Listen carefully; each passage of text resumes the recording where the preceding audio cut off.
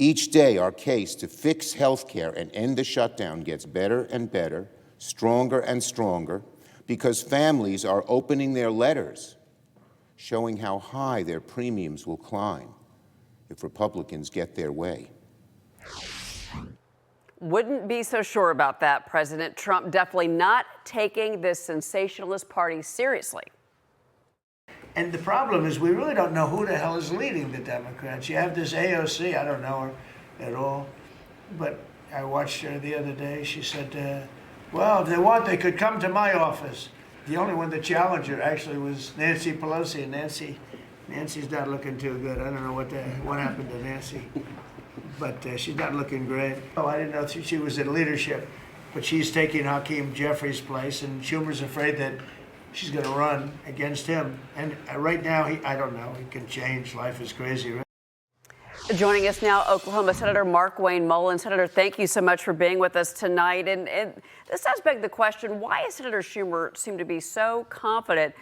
Possibly it's because there's been some reporting now in the Wall Street Journal that some GOP lawmakers, including Senator Thune, Leader Thune, are telling the White House they're concerned about the moves being made by Russ Vought when it comes to whether it's taking away back pay from furloughed workers, getting rid of governments, cutting programs, and that he's saying maybe back off that rhetoric because that's helping the Democrats. Your response?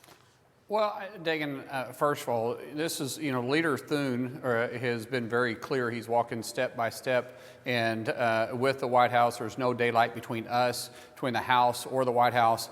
I have not heard that conversation at all from Leader Thune, and I talk to him several times every day. In fact, I just got him having a conversation with him.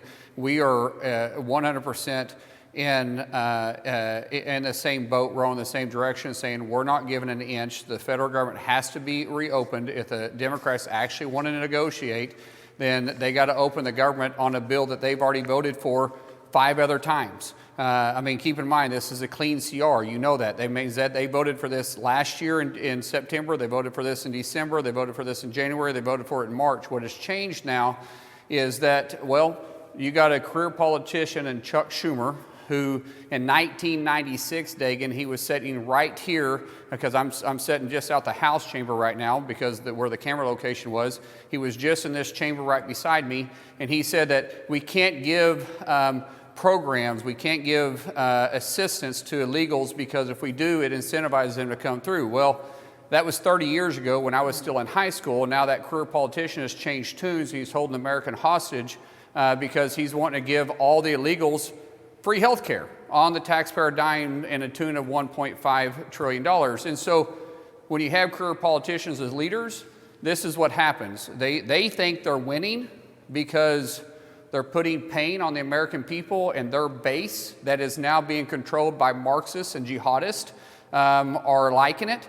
But the American people, who cares about? And by the way, the ones that Russ is having to furlough, the Democrats are saying that they're fighting for them, but they're the reasons why they're in this position, because they knew when they shut the government down and we went into a Schumer shutdown that they literally gave the authority to President Trump to deem essential and non-essential employees. So right. This is their fault. That was Cheryl, by the way, Senator Mullin. Oh, Cheryl, sorry. I'm so sorry, Cheryl. No, you don't have a return camera there. I know that. But she sounds like an adult who learned to speak English properly, and I sound like I still live, up in the holler. Well, you and I talk the same because yeah. I'm from Eastern Oklahoma. But the thing about all the Democrats have to do is extend, as you pointed out, the funding levels for 7 weeks. Our military next week is going to miss a paycheck. Schumer and his ilk are okay with that. Today, there are 7 airports or FAA facilities reporting staffing shortages for the evening, including Washington, D.C., Boston, and the Chicago Tower and Newark. They're okay with that. They're okay putting, and this whole nonsense about the millions of people who are going to lose nothing. It's about 1.5 million people who are rich, who are going to lose subsidies, which happens at the end of the year. That has nothing to do with this shutdown.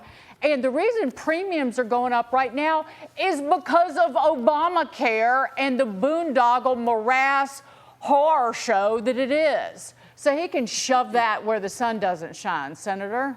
Yeah, Dagan, let's unpack a lot of that. This premium tax that they're talking about, this was to help COVID victims, right? This was during COVID. This was never designed, this thing that they're saying is going to cause the premiums to increase, this was always designed to be temporary. The Democrats were in control. Biden had the White House, Chuck Schumer had the Senate, and Nancy Pelosi had the House at the time when they voted on this to be temporary. They could have made it permanent at the time if they wanted to. They always knew this was going to expire. So this is just baloney what they're talking about. And then when you start talking about what is happening with military pay, we have to actually open the government up right now, because if we don't vote on it by midnight tonight to reopen it, the checks that are supposed to go out on the 15th isn't going to happen. And in Fort Sill, Oklahoma, right now, they're starting a food bank for active duty service members, and it's all because of the Chuck Schumer shutdown. Yep.